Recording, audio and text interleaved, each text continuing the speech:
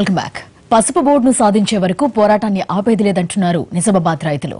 దీనికోసం ప్రధాని మోదీ పోటీ చేస్తున్న వారణాసి నుంచి కూడా పోటీ చేసేందుకు సిద్దమయ్యారు. తమ సమస్యను దేశం మొత్తానికి తెలిపేందుకే ఈ నిర్ణయానికి వచ్చామంటున్నారు రైతులు. తమిళనాడు రైతులతో పాటు ఉత్తరప్రదేశ్లోని పలు రైతు సంఘాలు తమతో కలిసి వస్తాయంటున్న నిజామాబాద్ పసుపు రైతులతో మా correspondent Mahender face to face. Nizamabad పసుపు రైతులు మరో పోరాటానికి సిద్ధమయ్యారు. నిజామాబాద్ పార్లమెంటు బరిలో నిల్చున్న అదే స్ఫూర్తితో కూడా వారణాసి పార్లమెంట్ బరిలో కూడా నిల్చోవాలని కూడా వాళ్ళు డిసైడ్ అయినట్లు తెలుస్తుంది. దీనికి సంబంధించి వారితో మాట్లాడి అసలు వారణాసిలో ఎందుకు పోటీ చేయాలనుకుంటున్నారో పసుపు రైతులు దానికి సంబంధించి వారిని అడిగి తెలుసుకునే ప్రయత్నం చేద్దాం. చెప్పండి, మీరు అంటే వారణాసి బరిలో ఎందుకు నిలవాలనుకుంటారు? ఈ పసుపు బోర్డు అనే ఒక సమస్య కేంద్ర ప్రభుత్వ పరిధిలో ఉంది కాబట్టి మరి అక్కడ భారతదేశ ప్రధానమంత్రి నరేంద్ర మోడీ గారు పోటీ చేసినటువంటి వారణాసిలో మేము నామినేషన్ వేసినట్టయితే ఈ సమస్య మొత్తం జాతీయ స్థాయిలో చర్చనీయాంశం అవుతాము. కాబట్టి మీ మీడియా ద్వారా కానీ మేము నామినేషన్ వేసిన ద్వారా కానీ ఇది ఒక ఉద్యమ స్వరూపమే. ఎందుకోసం అంటే కేవలం మా పసుపు బోర్డు సాధించుకోవడం మాత్రమే ఈ నామినేషన్ వేయడం జరుగుతుంది.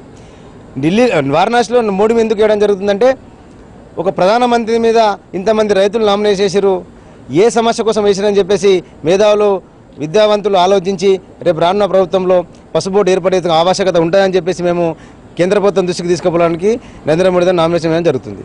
ఎంతమంది రైతులు మీరు నామినేషన్ వేశావు? మేము ఇప్పుడు తెలంగాణ ప్రాంతం నుంచి ముఖ్యంగా నిజామాబాద్ జిల్లా నుంచి 50 నుంచి 60 మంది రైతులు వెళ్ళడం జరుగుతుంది. అట్లాగే తమిళనాడు రాష్ట్రం నుండి ఈరోడ్ డిస్టిక్ నుంచి ఒక 110 మంది రైతులు మాకు సంఘీభంగా వాళ్ళు కూడా పసుపు రైతులే, అక్కడ కూడా చాలా పసుపు పండిస్తారు. సుమారు 170 నుంచి 180 మంది రైతులము వారణాసిలో నామినేషన్ చేయడం జరుగుతుంది. అంటే ఈ నెల 29 వరకే నామినేషన్ల గడువు ఉంది. అంటే మీరు ఎప్పుడు బయలుదేరి వెళ్ళబోతున్నారు? ఏర్పాట్లు అంటే చేసుకున్నారా? మేము ఏర్పాట్లు మొత్తం చేసుకున్నాము.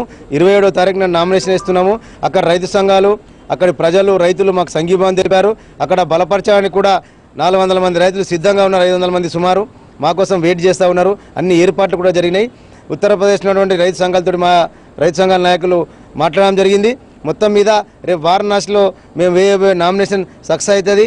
ఖచ్చితంగా ఈ యొక్క సమస్య జాతీయ స్థాయి దృష్టికి తీసుకెళ్తామని చెప్పి కోరుతున్నాం. మీరు చెప్పండి, ఎందుకు ప్రధానంగా వారణాసి బరిలో నిలవాలనుకో? ప్రస్తుతానికి పసుపు అనేది ప్రజలకు ఉపయోగపడే పసుపు, ఇది సుగంధ ద్రవ్యం. అలాంటి బోర్డు కోసం 15 సంవత్సరాలు ఉద్యమం చేస్తున్నాం, ప్రభుత్వంలో చలనం లేదు. రెండోది ఏంటంటే పొగాకు అనేది ప్రజల ప్రాణాలతో చెల్లడం అనే పొగాకు ఒకటి ద్రవ్యం, అది దానికి బోర్డు ఉంది. రైతులకు ఎందుకు పసుపు బోర్డు ఇస్తలేదు? సుగంధం ప్రజల కోసం, అందరి కోసం చేసే ఇస్తే ఉద్యమంతో కడుపు మంట కోసం ఈ నామినేషన్ చేయడము ప్రధాన మీద. అందుకోసమే దేశ ప్రజలు తెల్లని ఉద్దేశంతో కనీసం ఒక 1000 మంది వేస్తే కూడా దేశంలో చొలువ ఇంకా మెరుగుతారు ఉద్దేశంతో రైతులకు ఇంకా సపోర్ట్ ఉంటారని అందుకు నామినేషన్ చేస్తున్నాం. ఎంతమంది ఇక్కడి నుంచి ఎంతమంది బయలుదేరి వెళ్ళబోతున్నారు? ఎప్పుడు వెళ్ళారు? మేము సుమారు ఇక్కడ నుంచి 50 మంది వెళ్తున్నాము. తమిళనాడు నుంచి ఒక 100 మంది పైన వస్తున్నారు. అందరం కలిసి ట్రైన్లో మేము వెళ్తున్నాం ఆల్రెడీ.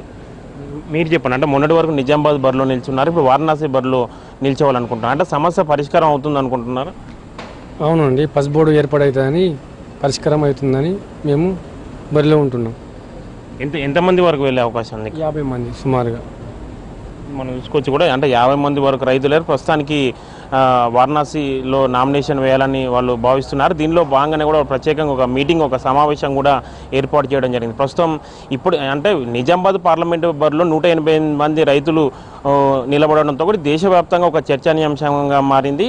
అది మరోసారి ఇదే స్ఫూర్తితో వాళ్ళు వారణాసి బరిలో కూడా నిలవాలనుకున్నారు. దానిలో భాగంగానే వాళ్ళు ఒక ప్రత్యేక కార్యాచరణ చేసుకుని మొత్తం 50 మంది రైతులు వాళ్ళు వారణాసిలో నామినేషన్ వేయడానికి రేపు ఇక్కడి నుంచి బయలుదేరి వెళ్తామని కూడా పసుపు రైతులు చెప్తున్నారు.